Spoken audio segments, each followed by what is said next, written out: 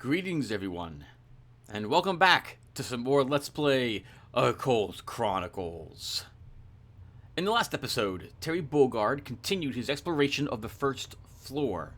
He's doing rather well, if I'm being honest. I'm surprised he's doing as well as he was, considering how tough it was for the first episode. We've grabbed Hyperborean Sorcery Specialist, and we've used it to increase our pentacles twice. We've picked up a Hyperborean spell, and a Bone of Pentacles as well. We're looking pretty good. Our edges have been being leveled with quite a few edge upgrades. That's pretty rare to get so many of them so early on in the game. We have 2 clues, and we have a crap ton of quests that we need to see getting done. We explored probably 2/3 of the ground floor so far, or maybe a little. Well, no, I'd say about 2/3. We still have a bunch of rooms and hallways over here to explore, and we have the outside area to do as well. In this episode, I'm hoping to finish the first floor, or some of it, at least this side of the mansion, and then head upstairs and begin our second floor exploration. Let's get to it. I think we'll stop by the kitchen, servant's kitchen, and see if we can find the cook in here somewhere.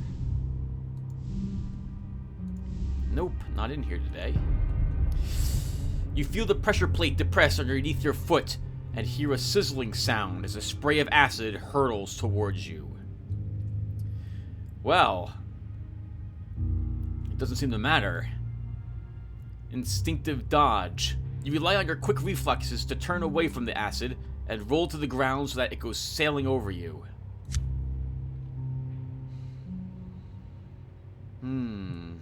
What does our duck and roll do? Roll 1 bone and then select X revealed non-faced trick cards and bump their values down -X. Okay. That's very helpful. Means we're taking significantly less damage from the trap if we do fail the trap.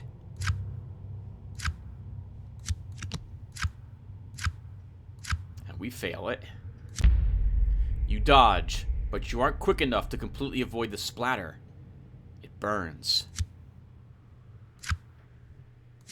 For traps, I will always select our talisman if it shows up. Always. I do not want to suffer a wound from them.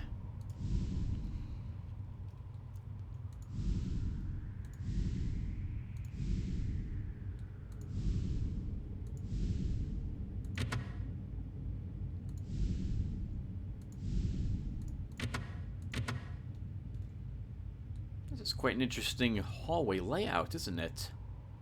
The actual kitchen. We're lucky to find several quests in this area. And you come across an odd sight for this house, and that is saying something.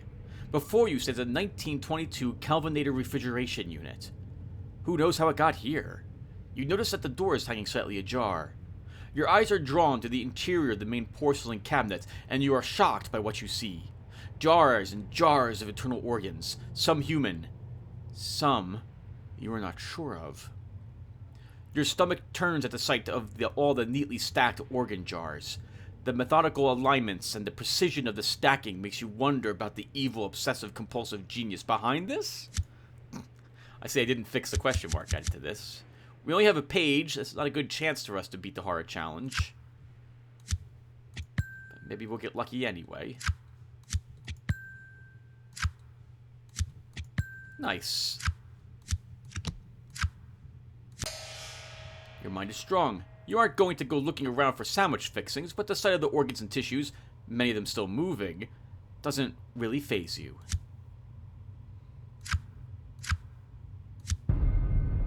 Rows of neatly stacked transparent jars and specimen dishes containing organs and tissue samples fill the inside of the main porcelain cabinet, each labeled in a neat mechanical handwritten script. You glance over at the labels, noting some of the stranger ones. Krogan, Asari, Drell, Turian. On the bottom shelf is a rack holding dozens of vials, each also neatly labeled. Zeegool venom, Trace of the Beyond, Gnat's acid. I always feel compelled to mention that the first group are, I believe, creatures in the Mass Effect game, and the second group are components used for alchemy in The Witcher, if I recall correctly. This also means that the mad scientist is somewhere in the mansion, as this is a part of his quest.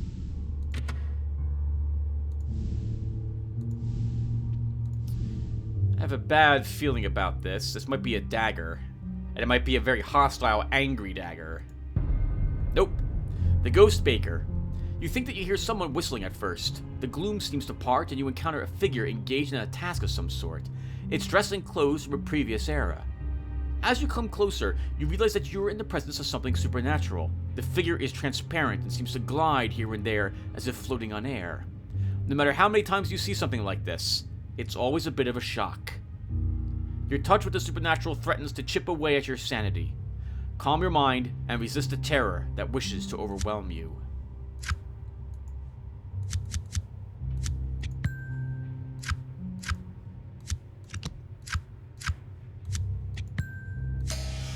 You have kept your sanity.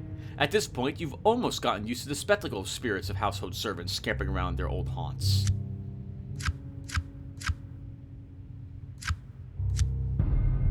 The ghost that you were observing was obviously once a baker.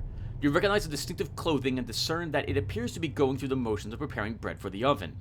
You sense, however, that it's agitated. It keeps repeating the same motions over and over as if stuck in some type of circle. It pays you no attention whatsoever. So let's try communicating with it. You decide to make contact with the ghost and listen to its story. Many focused hauntings like this have some unresolved business here in this world. Maybe you can help.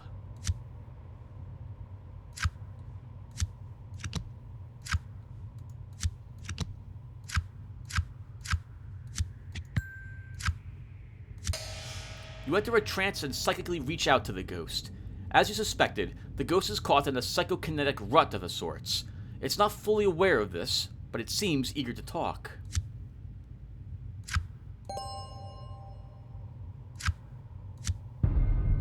I haven't any time for you, shouts the ghostly baker. Unless, of course, you can get my oven working again. It's wandered off somewhere, but I need it cleaned and fast. It's time to make the donuts. The ghostly baker pays you no more heed and goes back to his endless preparations. You will need to find his oven and clean it. That, I also feel compelled to always mention, that's from the old Dunkin' Donuts commercials, way back in the 80s and 90s, I believe. They no longer make Dunkin' Donuts at Dunkin' Donuts shops. They used to make them, I think, at each Dunkin' Donuts individually. Now they have some sort of bakery that produces the donuts and ships them out to all the different shops. I remember those commercials, though. My goodness. You know who else remembers? Pepperidge Farm remembers. That's right. You see what at first looks like a blur of light and shadow moving back and forth in a circular pattern. It might even be the reflection from some nearby mirror or window. Suddenly you see a ghost materialize before you. It's dressed in the classic attire of a chef with an apron and a distinctive cooking hat. You stop dead in your tracks and try and compose yourself.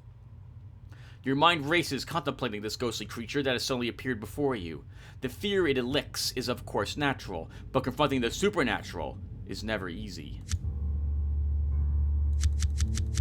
Ooh, a lot of low cards with the exception of our King of Pentacles. I'll risk that we'll get a better chance to use the King. And we did! Holy crap! I'm a psychic. I'm a psychic. And that let us... Oh, we would have won anyway. That would have been 6 points and 2 more. So... But still, I'll take it. You kept your sanity. You might even emerge from this a little stronger.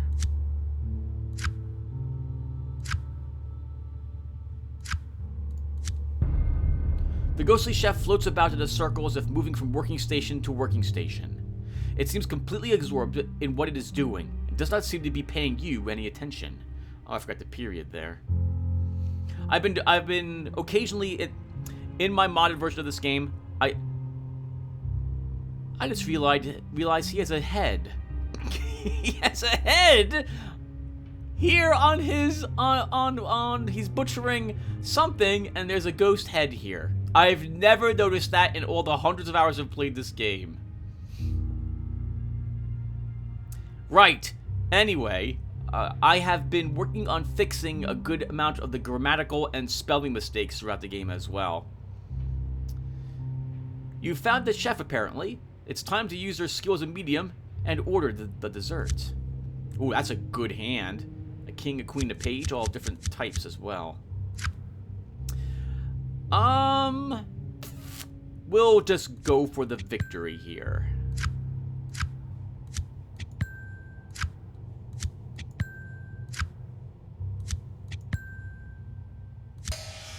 You enter a trance and reach out to the ghost. It turns to look at you with a concerned face. You are here about the dessert, no? I would very much like to help, but I need my knife. It's run off somewhere. Once it's back, I will serve up a dessert to be remembered.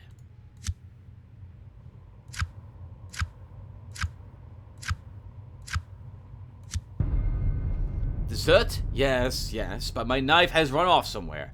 There will be no dessert until it's back. Have you found it? It's very sharp and very strong-willed. Has a mind of its own, you know.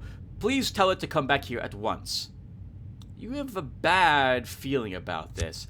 It's usually in a room off of the room he is found in. It's a storage room of some sort. Probably won't be that one. The thing in the oven. You stop dead in your tracks when you first see it. A large 19th century oven is shambling across the floor in front of you. It seems to rock back and forth, and you hear the loud scrapes that it makes as it hobbles forward. A sudden chill shoots down your spine as you realize that you are confronting something otherworldly here. You flinch in horror as a face seems to materialize and turn its attention to you. Haunted furniture and you never get along very well. Your eyes wide in disbelief as the possessed oven turns to meet your gaze. You must fight to keep your sanity. Oof! That is a big hand of nothing. We have no face cards, which means that up here is going to be nothing but face cards. Your mind is weak. You feel as if imaginary flames were enveloping you and your skin were burning off. You can hear the thing in the oven laughing in your mind.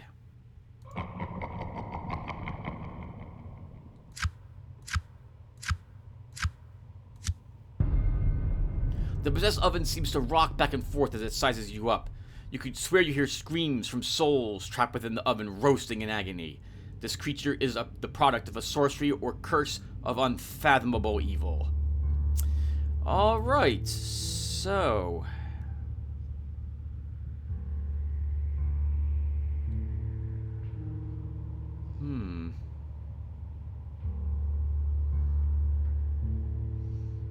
Well, our chances of winning this are not very good no matter which of these I pick, but this is the best chance we have.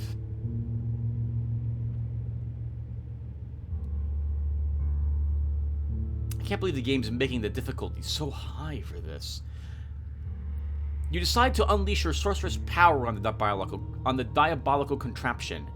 You've had success in the past dispelling such creatures by simply overwhelming their defenses. It is time to turn this one up to 11. Well, we don't have a good hand for this at all.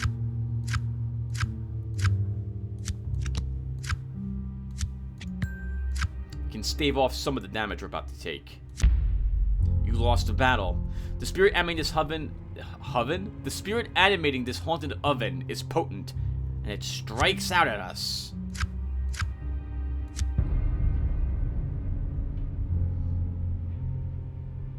We'll just do it again. That's a good hand. Only one face card, but high number cards.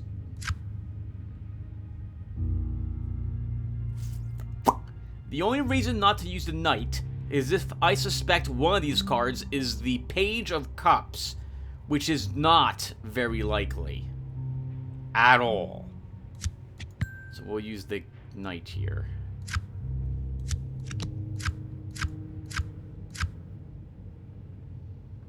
Yeah, let's just do this.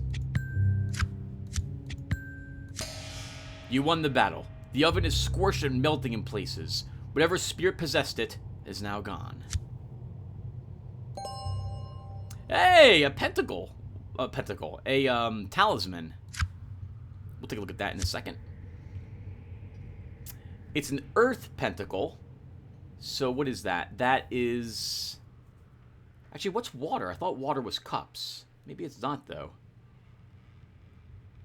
I can't remember. Each type of element corresponds with one of these.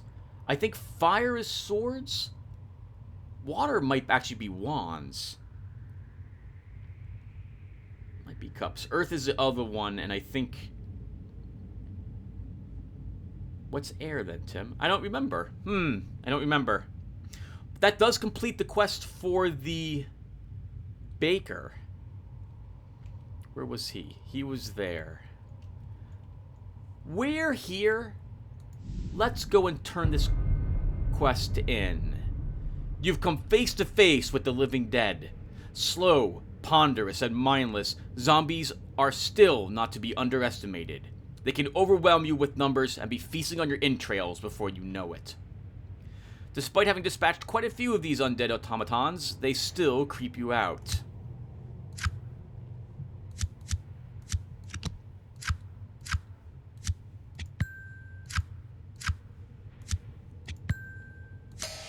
Your mind is strong. You see things far worse than this. You finally remember your last mission with Officer Rick. It was utter zombicide.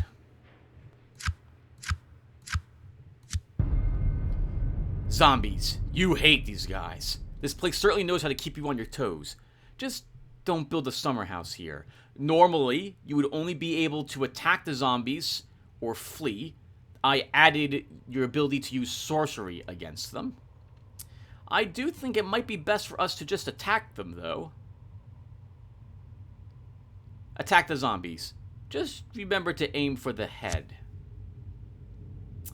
And that is very useful to know. We have a wand here, so I can hold on to my king and take a chance we have some other wands that the king is better for. We also have an ace of cups that we can't do anything about. Ah, perfect.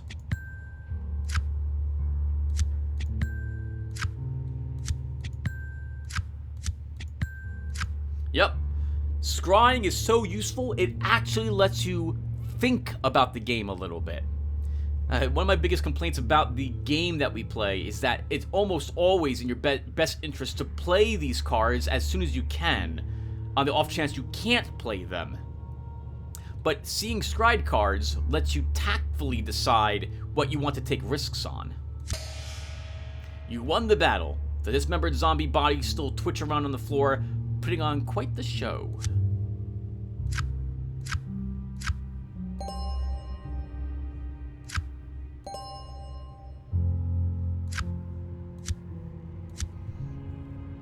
Alright everyone, it is time to take a skill card. And...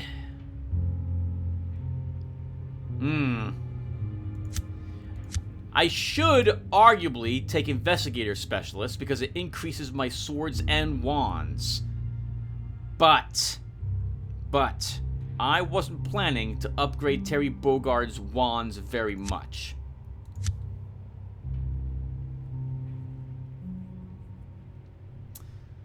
So I think we'll stick with one of these, and we are, after all, a melee character, right? Terry was a melee guy. So, we'll pick Melee Weapon Specialist. You are a fencing grandmaster and an expert in almost any type of handheld weapon. When you see something as simple as a chair, you see a weapon. When you swing a chair, people get hurt. Although, I hate to say it, but there's a good chance we'll get a gun downstairs, and we don't have any sort of melee weapon. That said, we'll still take this. Done.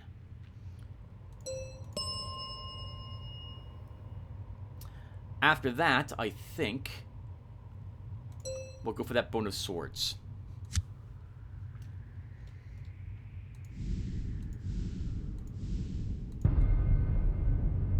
You decide to tell the ghostly baker that his oven is now clean and ready for use. Maybe this will put him at peace. You cleaned it, you say. Well, that's great news. I'll make sure you get a little something if any of the donuts are left over. Without a word, the ghostly baker vanishes.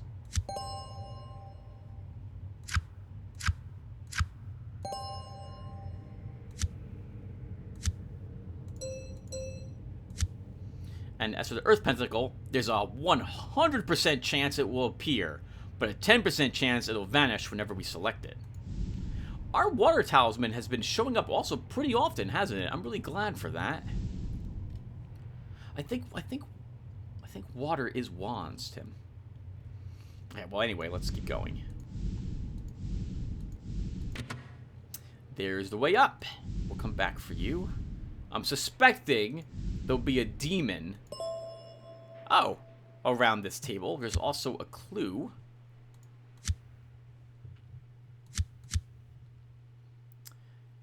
You discover a pile of dead rats. Each one has been completely drained of its blood. Something was very hungry. Young vampires sometimes feed this way if they are starving. We gain +2 tricks for the end challenge. You hear the sounds of something feeding. In the gloom, you see a bloated figure sitting at the end of the table. Your first impression that it is corporeal and not a spirit of some sort. You step closer to get a better view. The creature is demonic in appearance. It's busy feasting on some type of meat that adorns a silver platter. It halts its chewing and slowly lifts its head up to examine you. The eyes transfix you. Your training tells you that you are in danger. You fight to keep your mind from racing away with thoughts of panic and terror. You also struggle to keep your lunch down. You can have my 2, Mr. King. We'll take your 2. Your mind is weak. You can't control your fear or the feelings of nausea. You fall to your knees and heave out the contents of your stomach. The demon grins. No, maybe Wands is actually Earth, because it showed up for this challenge.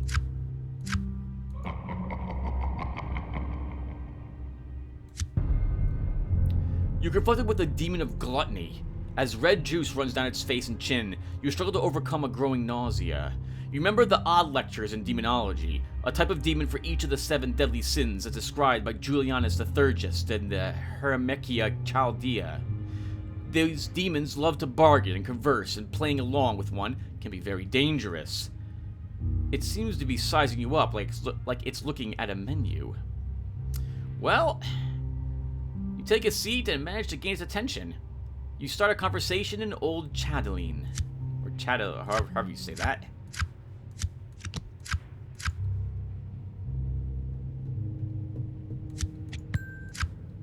Hey! We succeeded. It seems eager to hear you out. In fact, it wants you to do it a little favor.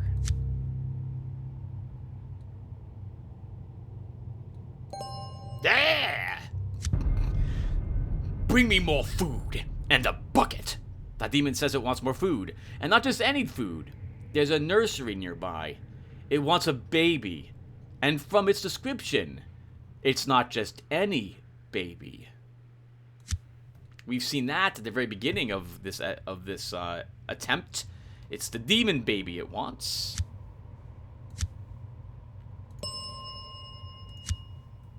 Take our bonus swords. Hello, freezer room. Sometimes a dagger could be in here. The haunting manifests itself as a dim ball of light. It has no sense of its previous life or existence. It wanders, hopelessly lost. You should exercise caution. These haunts cannot be reasoned with, and they can be lethal if disturbed. We have a good chance for either of these. Better for destroy it. So we'll try this. You decide to use your psychic talents to dispel the ghost and send it to the spirit world. It will most likely resist.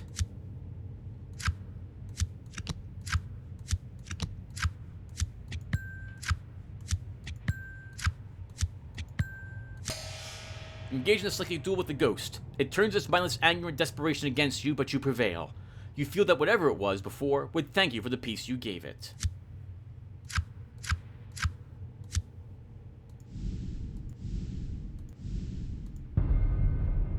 You You look down and see a large knife resting on a wooden surface. Blood has pooled around it, and there are several pieces of stubby flesh scattered around it as well. Suddenly, you see two pale eyes reflected on the surface of the blade.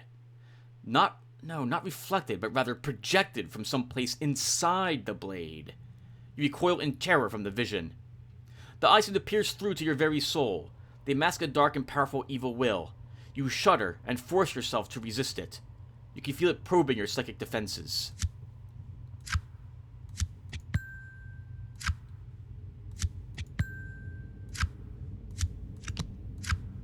I was hoping I could use the king later. It has assaulted your mind and found your defenses sadly lacking. It identifies your weaknesses and uses them against you.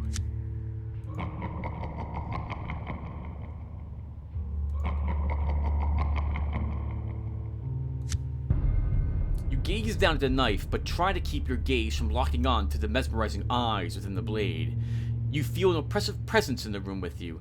The knife radiates pure evil. You resolve to approach this artifact with caution and wonder how many throats this thing has slit. Well, we can either master the knife to bring it back, or we can relay the ghost chef's message to bring it back. In either case, you complete the quest, and then you can go back and get your reward. I kind of wanted this, master the knife, to give you the knife as a weapon, instead of taking it back to the chef. But I haven't made that alteration. The challenge is definitely hard enough to make it worth it to have you automatically gain a knife. But because I know I did not mod it, and because I know this basically is the same thing as this, we will just relay the ghostly chef's message. Communicating with something like this is always dangerous. There is no telling how powerful this possessed knife really is. You decide to risk it and enter a trance. That was very nice. Getting the queen with our king? Wonderful. That's the most points you can get unless you decide to use a wild card. Which we haven't gotten any of yet, I might add. Kind of odd for me not to get any by this time in the game.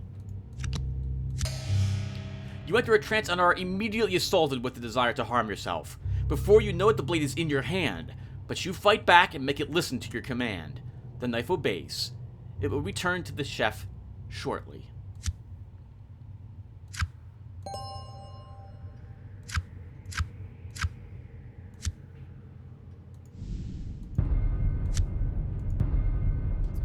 You hear the sound of straining metal above you, and then a sudden crack. You look up and see a massive glass metal chandelier falling directly towards you. Oh, this is interesting. More tricks, but less draw? Less tricks, but more draw. Literally, this has more numbers than this one does, but I almost always like having more draw. That said, we do have duck and roll. And this is instinctively duck and roll, so I think we'll be thematic and select this one. Without hesitation, you throw yourself into a crouching roll and tumble away from the falling chandelier.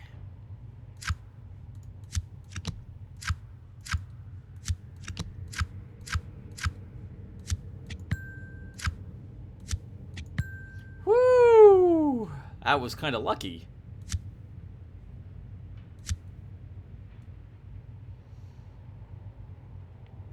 Let's use duck and roll.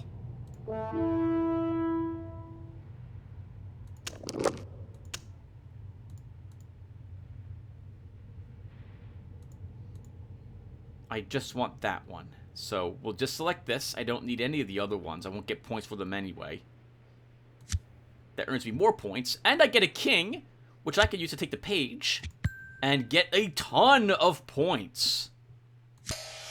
You spring forward and come up on one knee, free from the wreckage. That was a close one.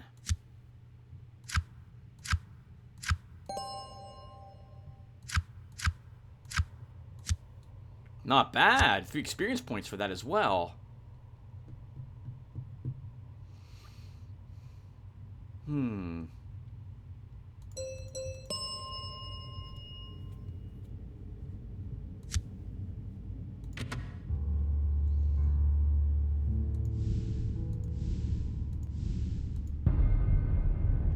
You You notice a human figure curled up into a fetal position and struggling for breath. It's obvious that whatever it is, it's sick and probably dying. As you draw closer, you realize that this figure before you isn't human. It's some type of weird half-plant and half-human lab experiment monstrosity. You occasionally encounter things that science shouldn't meddle with, and this is one of those. You stare in horror at the pathetic creature and wonder what madness would drive someone to create this.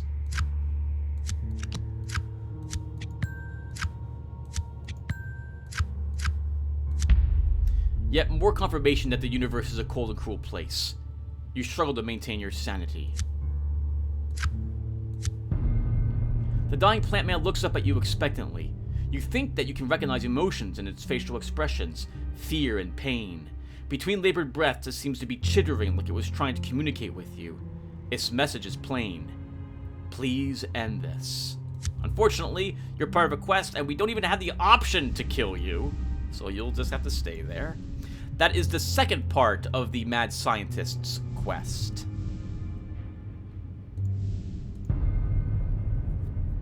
You enter a trance and tell the chef that you have located his knife. You had to insist a little, but it got the point. And these jokes are really edgy. The ghostly chef is still moving in an energetic circle, seemingly wrapped in its ectoplasmic food preparations. You wonder if it couldn't leave this all behind, or is just being punished for some foul poisoning.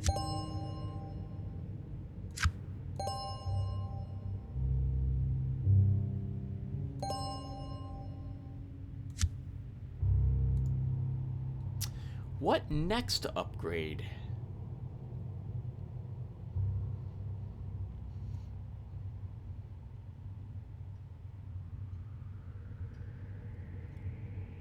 Let's grab a heroic combat feat next, I think.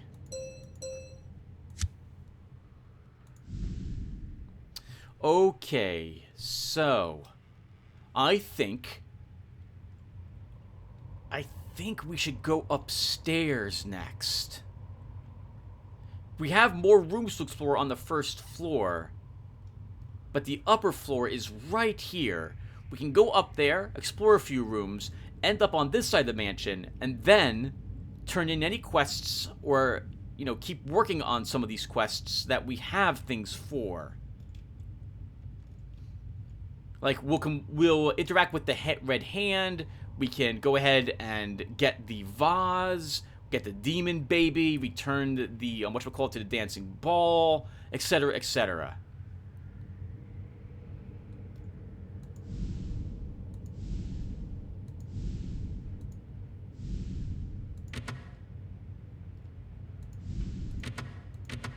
Now, I should mention that this is the Elder.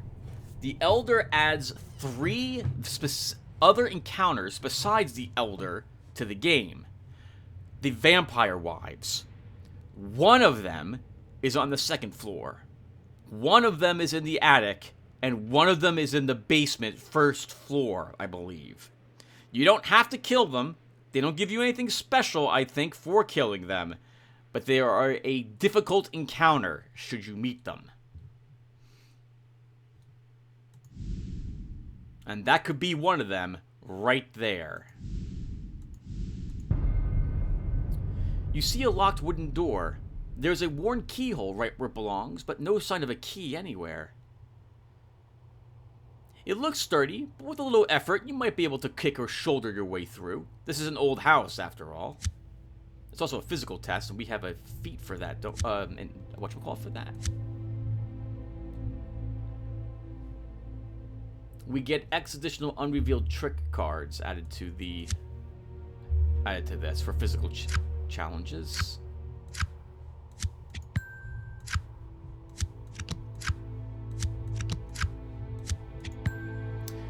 I could have lost this one, but you get ill omens. You have a chance to get them for failing door attempts, so I don't want to risk an ill omen at this point in the game. Splinters and a loud noise announce your success in battering down the door. The way now lies open.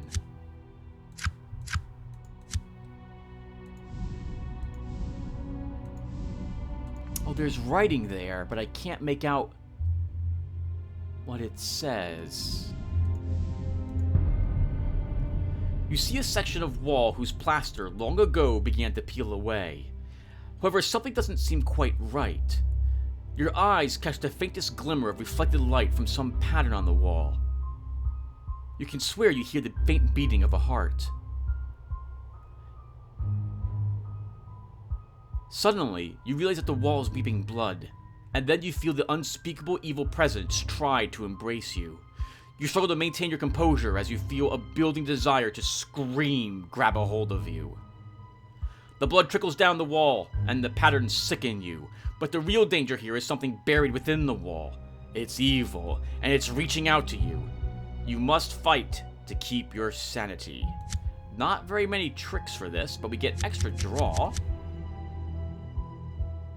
So hopefully, all that draw will let us win, and it did. Your will is stronger than the evil embedded in the wall. You fight back the building urge to scream in panic and then relax as you master your fears.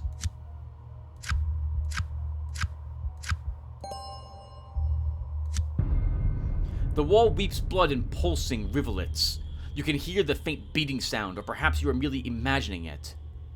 It mixes with the broken plaster and pools at the base of the wall, draining slowly between the cracks in the floor. You notice a large gash that seems like a laceration. There is something evil and malign pulsing within the wall. Some eldritch sorcery has left its taint here as well. You should proceed with caution. You realize immediately that this is the weeping wall of which the bas-relief face spoke.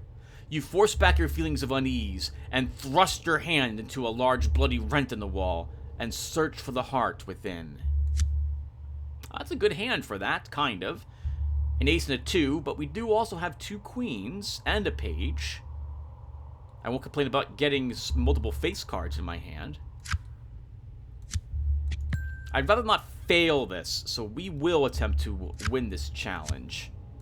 Rather than try to be fancy, I'll also spend my cards as soon as I'm able to.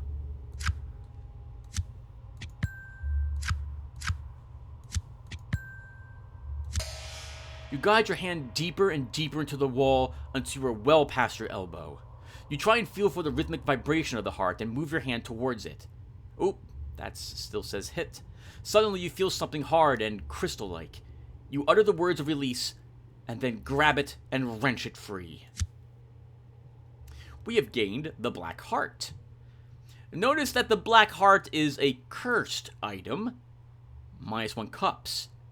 As long as we carry it, we have this penalty. We will want to bring this back to the bas-relief face immediately, and thankfully, we're not too far from it.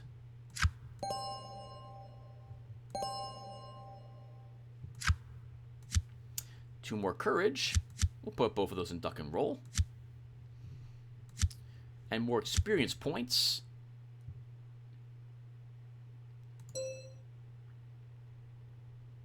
I'm going to wait to take the heroic feat for a tiny bit, everyone, because some of the feats are broken.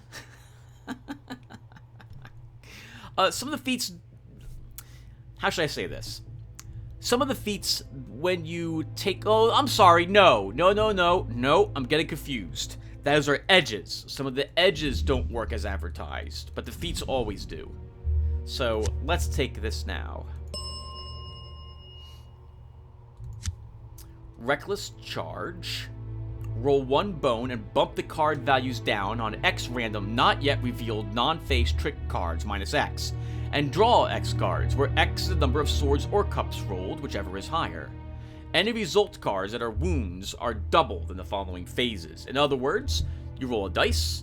That number that you rolled, you lower any non-face cards, that number. You draw that many cards into your hand. And then, if you still lost, whenever you take any types of blood loss, those results are doubled. Trick Shot. Roll 1 bone and then select a non-face played card and bump its card value up +X. And then bump the card value down on a random non-face trick card not yet revealed -X. Then, Draw a card. Critical hit. Roll 1 bone and then select a revealed non-face trick card and bump its card value down -X. And then add X points to your tricks taken score, where X number of swords or cups rolled. Then, draw a card. That's nice. You just basically get X points. You get to draw a card for free. I'm tempted just to take this. The blade dances. Roll 1 bone and then bump the card values down on X random revealed non-face trick cards, where X number of cups, swords, or cups rolled. Then draw a card. And whirlwind is the opposite, but you get to Whirlwind is roll 1 dice, bump up the value of non-face cards in your hand plus X, where X is what you rolled. Then draw a card.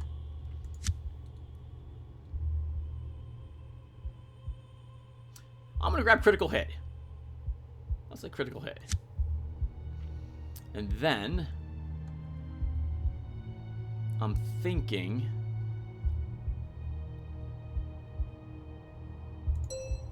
we'll work towards another +1 swords. And I think that bastardly face was over here. There it is. That's not so far from us. Of course, we have to... Well, we don't have to step here. I was a little nervous because there might have been a trap there. With -1 cups, traps will be tougher. So, we can try to cheat the bas-relief face, or we can complete the quest. This, I think, gives you an edge. This gives you an item. I think the item is better, but if we fail this, it doesn't work out well for us. And since we don't have much wands, I'm thinking it will be better for us just to complete the quest. As you near the face with the heart, the mumbling grows to a furious pitch. Furious pitch? I think that's spelled wrong. It wants it now. It demands that you place the heart in its mouth. It can barely restrain itself as you fight to keep your thoughts clear. The chains of sorcery are broken. You pull out the heart and place it into the mouth of the bas-relief face. It seems to gulp it down as you quickly pull your hand back. The sorcery is dispelled with an agonizing scream that issues from the mouth of the bas-relief face, and you sense that it is too eager to seek vengeance to stay and do you any harm. It also even seems to have kept its word. During any challenge option of the lore type, 1 is subtracted from the target level at the start of the challenge, so it makes it a tiny bit easier for us for lore challenges.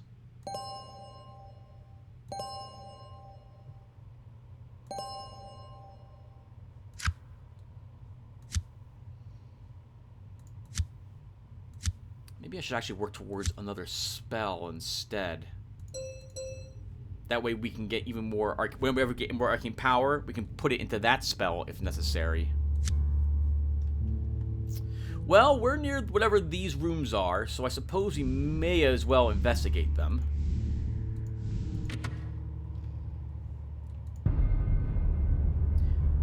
You approach what appears to be a metal coffin. Suddenly, you stop dead in your tracks. A wave of horror sweeps over you. The coffin is actually an elaborate Iron Maiden, and it radiates a pure evil that undermines the foundations of your sanity. You steel your mind against the thing that occupies the metal monster. You feel it probe your mind for some weakness. No, it will struggle to find that weakness with this incredible hand we have.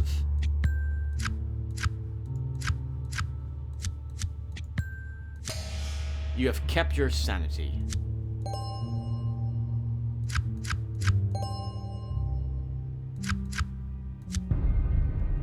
You sense the ancient evil that resides in this steel monster.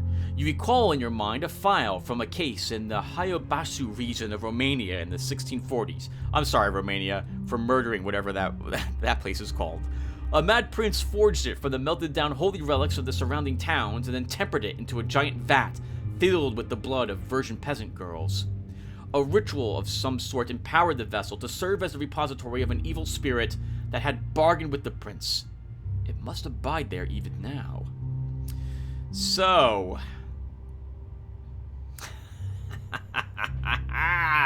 I almost always do this.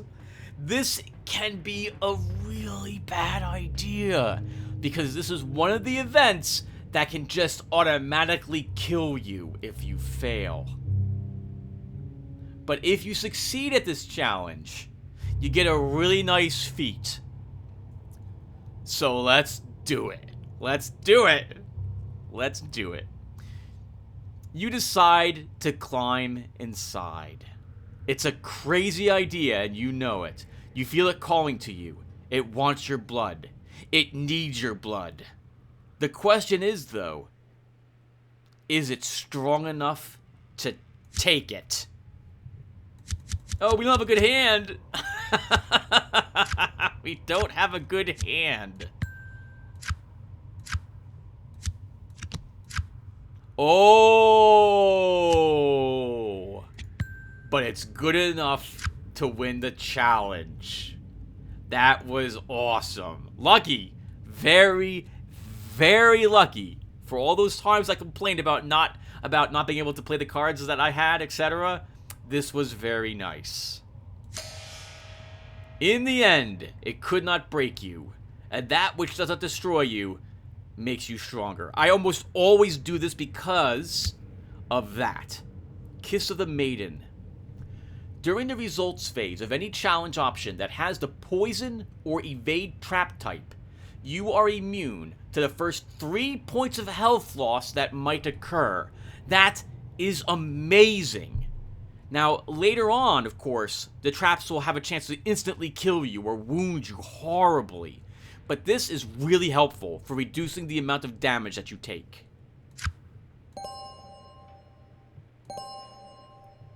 That's a shame. That's a bunch of... Oh, actually, it's not that much of change. Oh, actually, it's fantastic. I was about to say we only have duck and roll, but I forgot we grabbed critical hit. So 10 courage. All 9 of that can go into critical hit. We should look at critical hit when we're done. Where are you, critical hit? You're going to be over here. It uses 1 or 2 courage. Oh, crap! Requires 1 ranged item. Alright, I did not realize that because the feats don't tell you what they're used on when you take them. Okay. You see ghostly wisps of smoke rising to the ceiling. You follow the wisps down to a large collectible leather chair sitting in the gloom. Suddenly, you see the illumination of a cigar end, and with that, a ghost materializes, sitting in the chair. You're confronted with a supernatural manifestation that sends a chill down your spine.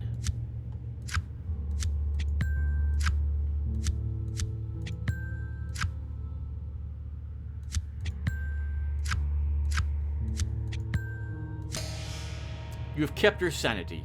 You admire the ghost smoke circles and wish you had a few cigars on you right now.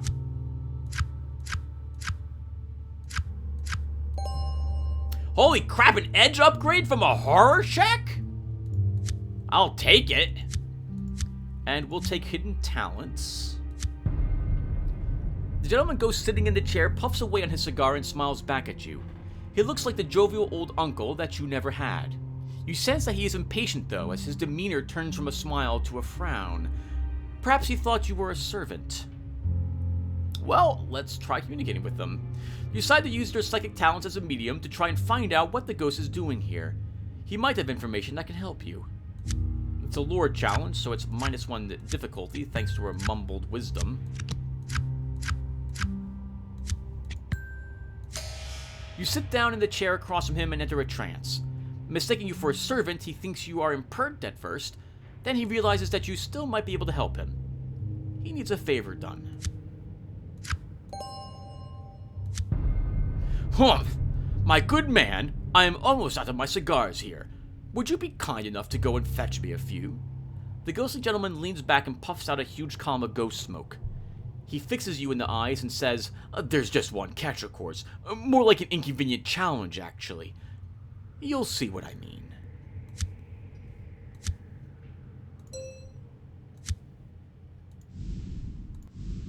And that is the smoking ghost that we saw, I think, in the first episode.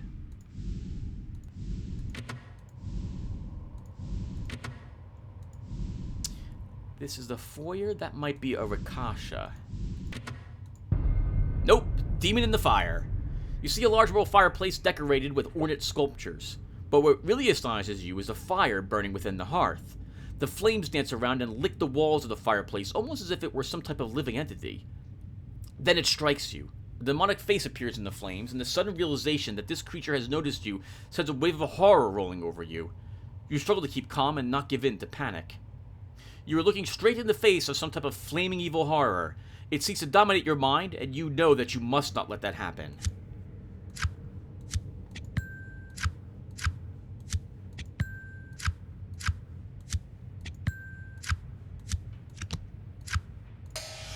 Your will is stronger than this evil creature of flame. You force it out of your mind and hold on to your sanity.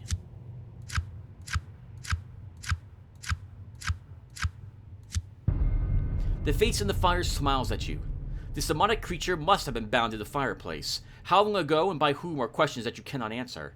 You cautiously step forward so that you can examine the situation in more detail. The demon seems contained within the hearth, but you have no idea how strong the binding there is. Well, we know this is what we need, for the paper, so I think we'll start by bargaining with the demon? These are all not good for us. I will search first. This must be the worthless servant that the demon in the broken circle was talking about.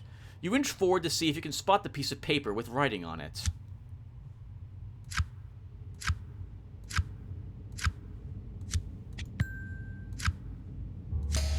You quickly spot the slip of paper on the mantel next to an old clock. You quickly grab it and duck it back into your pocket, slipping the paper. Oh, wow.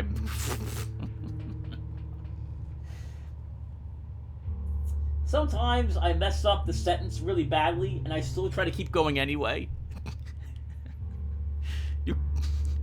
How is it going to correct from that? How is that going to happen, Tim? You quickly grab the pocket and slip it into your duck. You quickly grab it and duck back, slipping the paper into your pocket.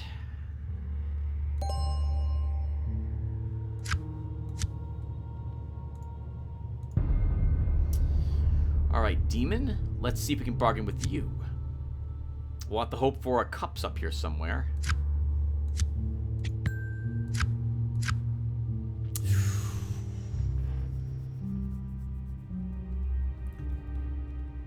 Do I want to be greedy? Or not? We'll be greedy. Once.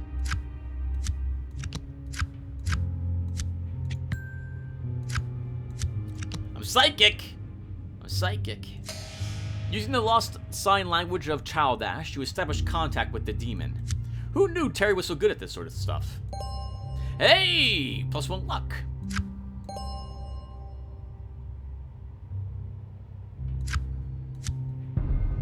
The demon states that it was recently bound here by an acolyte claiming to serve some dark master. It's clear that the demon thought the human insane and dabbling in things that were way over his head. The acolyte somehow managed to find a list of demonic names and binding rituals in some forgotten tome. The demon says that the acolyte would write them on small chipped slips of paper. He believes his own name to be in the acolyte's pocket. He perished a few short hours ago when he foolishly attempted to summon and bind another demon, but got the slips of paper mixed up. Find the acolyte's body, then bring the name to the demon, and he will reward you.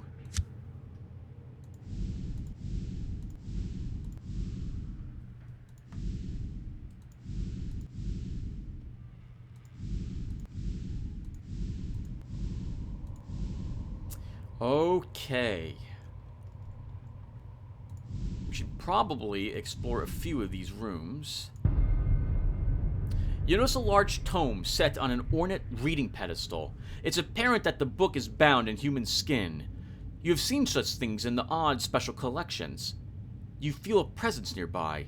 Yes, you are being watched, but the strongest emanation is from the tome itself. You could swear that it is alive. Is it breathing? No, that must be your imagination. You can get a, if I could actually talk and not say, you can get a spell from this book, but you have to pass reading the tome to do it, and that's not very much draw. I don't know if we can be successful at this, and failing this can be really bad. So I think we will have to leave this alone. You sense that all is not as it seems here. Probably a good choice. The attic! We'll leave this here at the moment. We don't need to go up there quite yet. Generally, on slow story speed, you'll probably have a choice of whether you want to do the attic or go outside to the backyard in the game. Speaking of time, protectors have gone missing. The protectors have lost several members of their ranks recently to the perils of the manor. All challenges that involve swords as a primary suit receive a +1 modifier to the number of trick cards placed on the board, while this story icon is active. Oh. Well, this is a little easier now than it used to be, by 1 point. But I think we'll leave it here at the moment. And we can only play for a little bit longer, everyone. It generally takes about 45 minutes or so to draw a story token, based on how I play, with lots of reading. We'll bash the door in. It looks sturdy, but with a little effort, you might be able to kick or shoulder your way through. This is an old house, after all.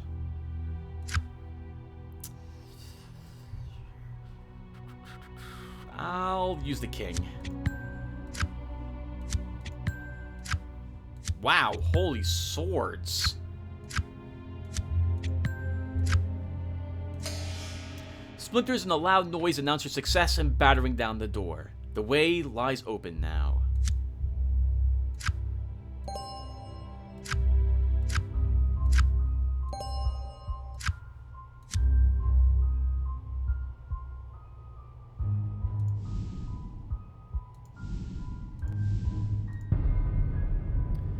You hear water dripping, then you notice the bathtub.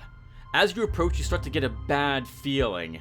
The tub is full, and you can hear something moving in it. Suddenly, a figure lurches out of the brackish water and slumps over the side of the bathtub.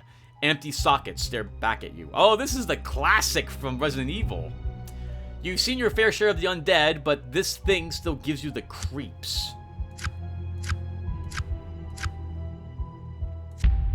Your mind is weak. You struggle to maintain your sanity.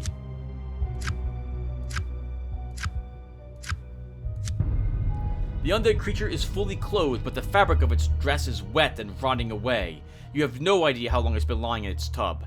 It turns its head towards you, and a tongue of some sort darts out of its decaying skull and seems to lick fleshless lips.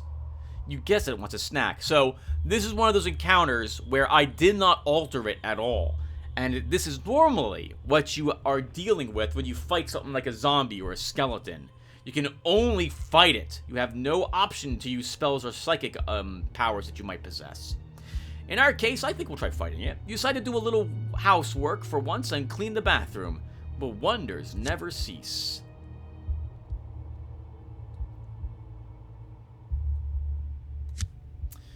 We have shriveled flesh, but I don't see a reason to cast it quite yet.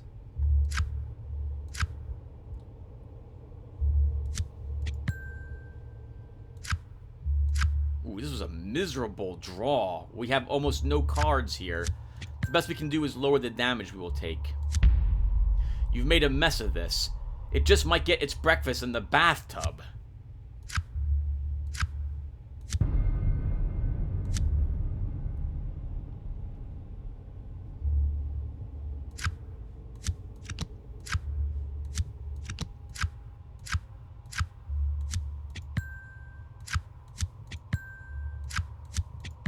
Whew! Kinda close, but we did it. You don't even let the thing get out of the bathtub. What is left on the head falls off and rolls around on the floor. You are Mr. Clean.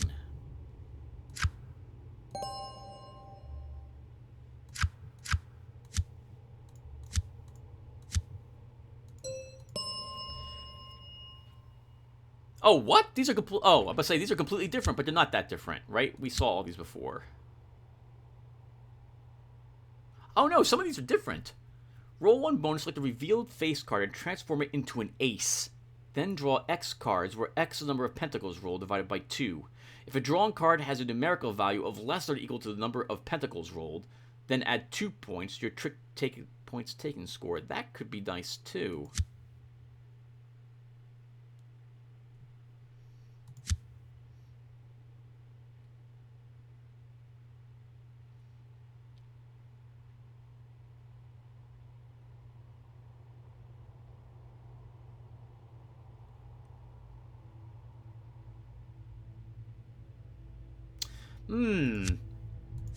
Some of these are really interesting sounding. I'm sorry, everyone. So, normally when it comes to spells, I don't pick a spell caster that actually has, goes for a single spell.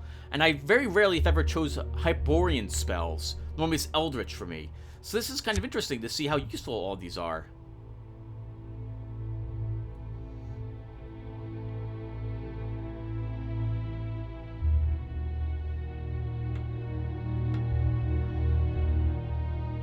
Unfortunately, I don't know what these are used in.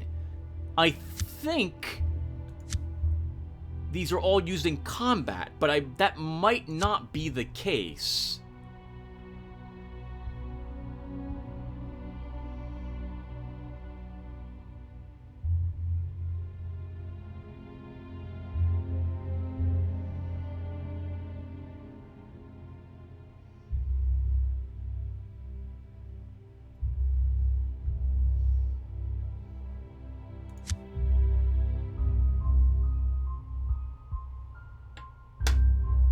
Let's take Chant of Azathoth. Actually, I like Ray, too. I'll be honest, I don't think I tend to pick up Chant of Azathoth throughout the adventure.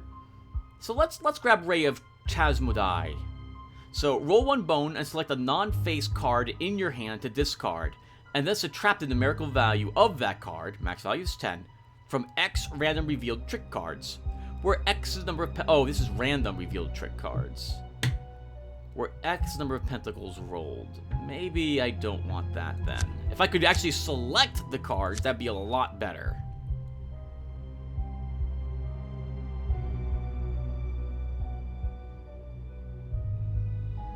Roll 1 bonus with a non-face card in your hand. This card makes playing plays part of the same suit. No.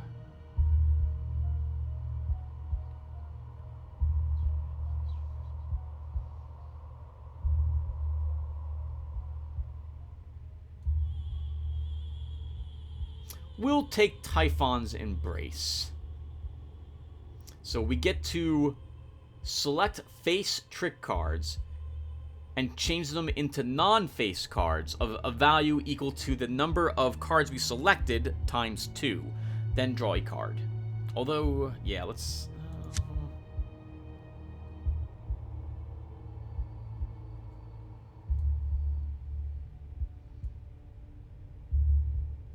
I don't know. Let's grab my Borean Lightning. Done. Done. And now, we'll go for that Swords.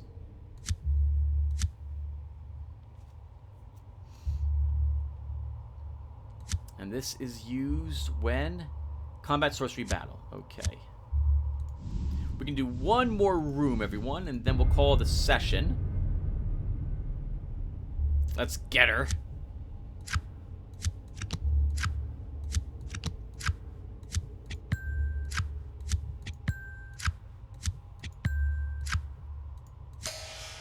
Got her good.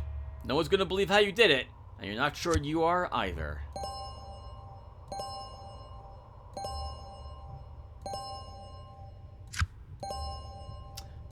It's a lot of courage. I don't need any of it.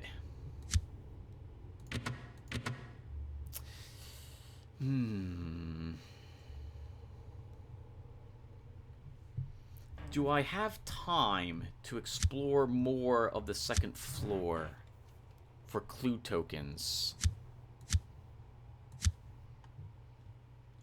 Let's walk down. We'll explore this room, I suppose. The Burning Ghost. From out of nowhere, a ghost appears bathed in flames and begins running towards us. Your eyes wide in disbelief as the ghost heads directly at you, all the time seeming to be trying to put the flames out by patting its hands all over its body. Although he makes no sound, you could swear that you can hear him screaming in your mind.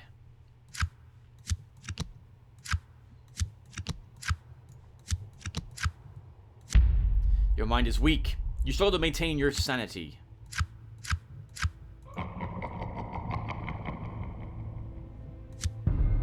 The ghost runs straight up to you and flails at you.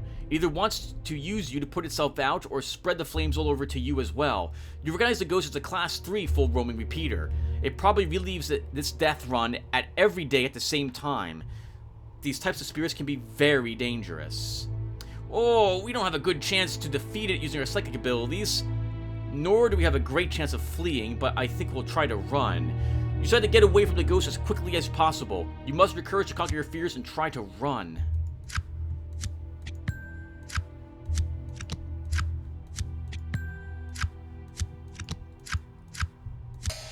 You will yourself to look away and then slowly and deliberately start walking. Consumed by its own panic, it does not pursue you.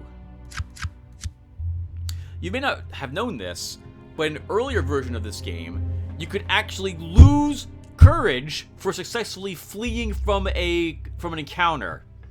What the hell?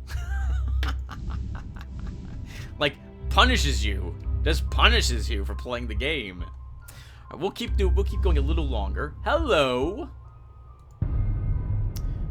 You discovered a secret wooden door. It blended almost seamlessly with the wall, but your keen senses were still able to detect it. Finding it is one thing, figuring out how to open it is another. Oh, well, that's not happening.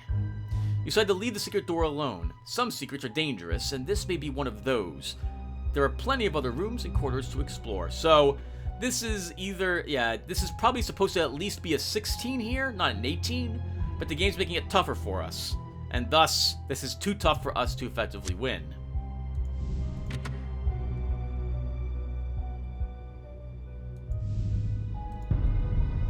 Another locked wooden door. We will attempt to bash this one in as well.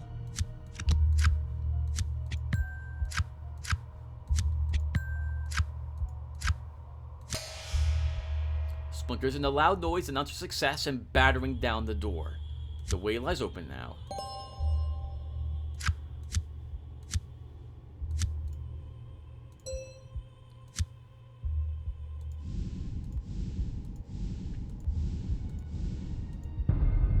More zombies. Hello, zombies. Well, we'll just attack you.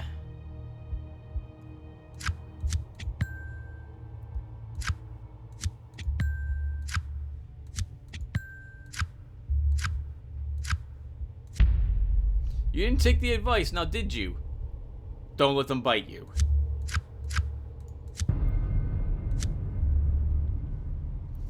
Oof, a 2 and a king. Well, we'll just do this. We could change this king into a... Oh, well, no. You can't change it into an ace, Tim. That's not Azathoth.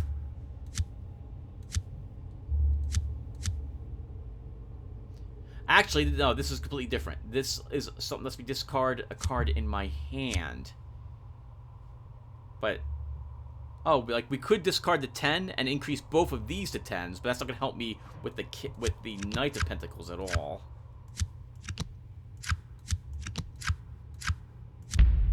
Did far worse there. Ouch. Oh! Oh!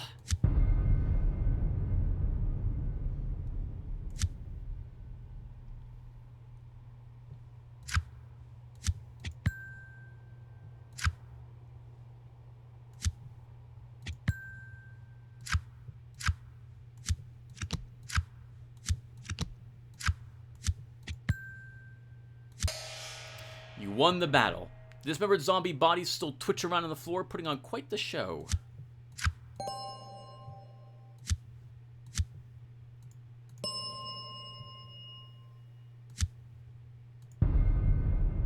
Vampire wife Celine. You catch the faintest motion out of the corner of your eye and realize immediately that something is very wrong. You slowly turn to face the threat, and it is as bad as you had imagined. One of the vampire elder's wives emerges slightly from the gloom with a hiss. You can feel the creature radiating a dark aura of fear. She wants you to panic and do something stupid. And we will, because we only have 3 trick cards.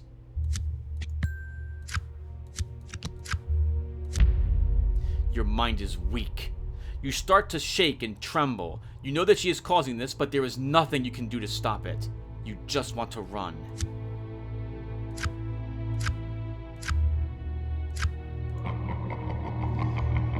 I'm making the squinchy face here. I'm like, oh, please don't be an impairment. You've read the reports on how the other vampire covens were cleaned out, and you suspected that you might encounter something like this. When she begins to talk directly into your mind, you start to get worried. Come a little closer, won't you? My name is Celine, and I have a gift for you. Well, we can't really engage it in a psychic duel because we don't have very much psychic power. We can run, we can use sorcery somewhat effectively against her, and we can also attack her.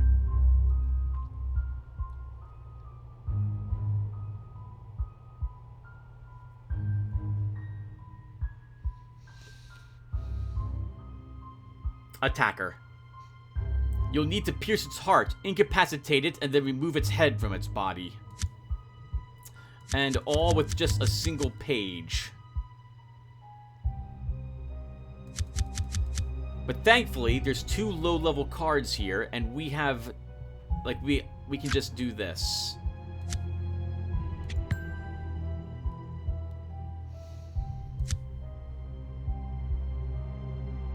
Let's use Shrivel Flesh. We rolled greater than our pentacles, so we take 1 wound.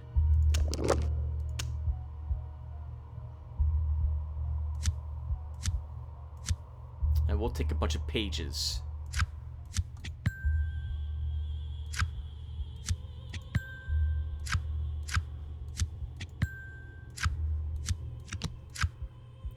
Woo! Glad I selected the cards I did. And also, that spell let us win.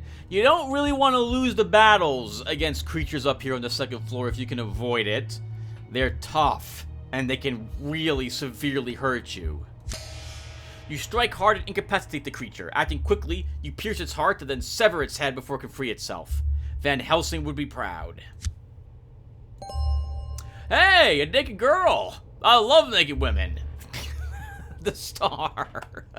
Gain a random spell card after this card is used to take a trick. Our first Arcana card, I believe. These are wild cards. When you use this to take a card, it is worth 7 points. 1 more than the king is worth. And there is no card that this cannot take. All wild cards are absolutely guaranteed to win the card that you placed them on. In most cases, you want to hold on. It's a tricky balance between using the card or not. In this case, the star gives us an immediate bonus for using it, so we're tempted to use it right away. Like, holy crap, we can get a spell. That's amazing, just by using the card, and we get lots of points. But holding on to the star until when you absolutely might want to need an Arcana card is something you really need to consider. Because if there's a pit trap, for example, and you fail that challenge, but if you could only had another 8 points, you would have won. You would have wanted to hold on to that Arcana card until then. I tend not to use my Arcana cards until I am required to avoid losing a bad challenge. Like a challenge you really do not want to lose, then I'll use an Arcana card. The only thing we gained from her, but that was totally worth it. Arcana cards are placed down here on this. You can see all the Arcanas you possess.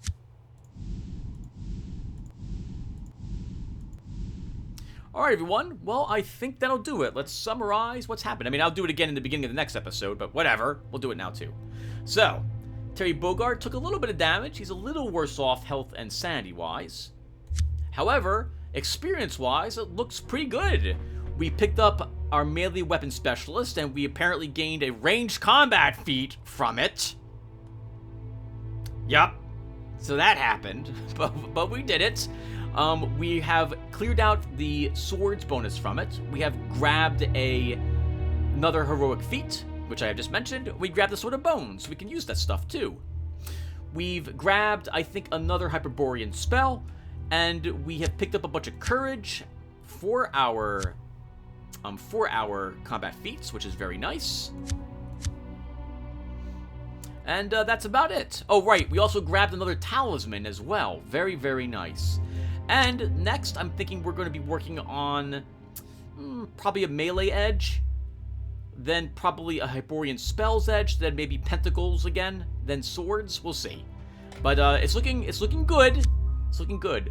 I've made sure that we have a low number of wands this time around, because I want you guys to see why it's important to not do that. Why you really want, by the way, to improve all your skills as much as you can. But I think this is the best way to show you guys how important it is by keeping one of our stats low. You'll see how much that hurts us later on. Alright, anyway, I'm beginning to babble. Thank you all for watching, and I will see everyone in the next one. Take care, everyone.